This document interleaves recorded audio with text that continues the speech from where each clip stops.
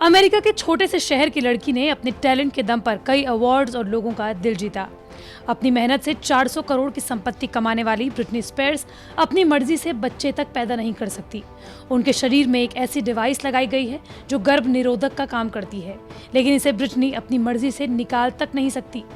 America की मशहूर pop singer Britney Spears अपनी पर्सनल लाइफ से लेकर प्रोफेशनल या फिर पैसों तक का कोई भी फैसला खुद नहीं ले सकती। ये उन्हें कोर्ट के ऑर्डर हैं। 39 साल की उम्र में भी ब्रिटनी के सारे फैसले उनके पिता जेम्स स्पीयर्स लेते हैं, जिसे अमेरिका के कानून में कंजर्वेटरशिप या फिर गार्डियनशिप कहते हैं। लेकिन 13 साल से अपने पिता के संरक्षण में रहने वाली ब्रिटनी इसे खत्म क्यों करना चाहती हैं, जिसे लेकर उन्होंने कोर्ट में याचिका दायर की।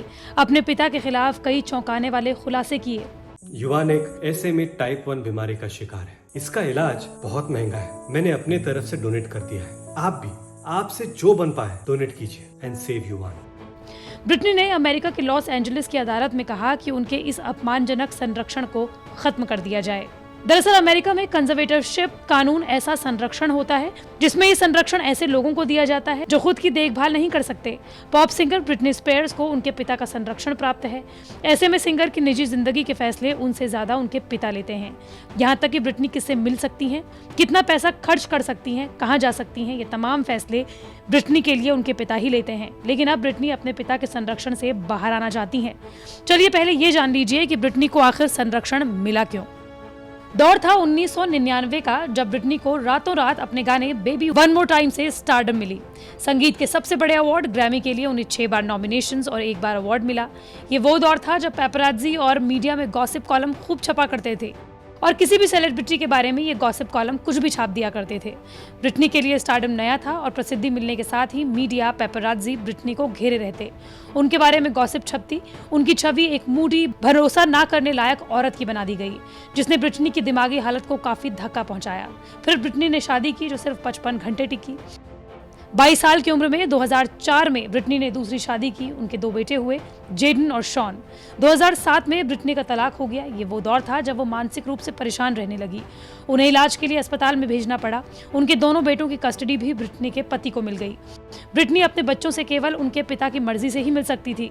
ब्रिटनी की हालत खराब होती चली गई और अपने इलाज के लिए उन्हें अस्पताल जाना पड़ा। 2008 में कोर्ट ने ब्रिटनी के स्वास्थ्य को देखते हुए पिता को उनका गार्जियन बना दिया।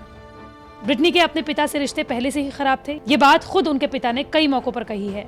तो फिर अचानक से फैंस ने ब्रिटनी की बात कैसे समझ ली? कैसे फ्री ब्रिटनी मूवमेंट को चलाया गया? दरअसल साल 2019 में ब्रिटनी ने टिकटॉक पर एक वीडियो पोस्ट किया, जिसके कमेंट बॉक्स पर एक फैन ने लिखा, अगर आपको मदद चाहिए तो अगली वीडियो में पीले रंग के कपड़े पहनिए, हम आपकी मदद के लिए आगे आएंगे।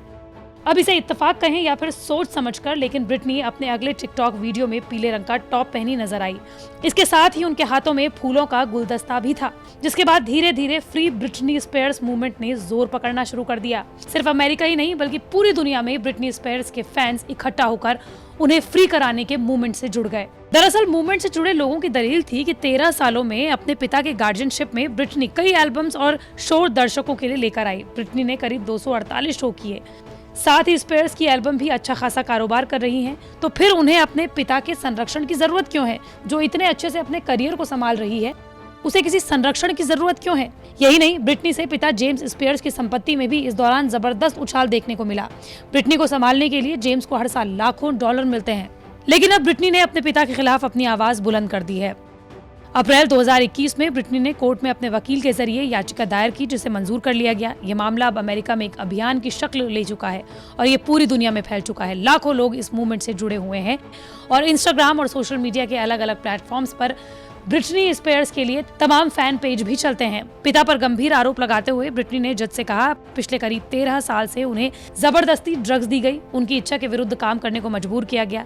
इतना ही नहीं, उन्हें बर्थ कंट्रोल डिवाइस अपने शरीर से हटाने से भी रोका गया। मैं इस गार्जियनशिप से पीछा छुड़ाना चाहती हूँ बिना किसी शर्त के साथ। मैं शर्मसार हूँ और तनाव में हूँ, अपनी जिंदगी वापस चाहती हूँ। अगर मैं काम कर सकती हूँ तो मुझे संरक्षण में नहीं रहना चाहिए।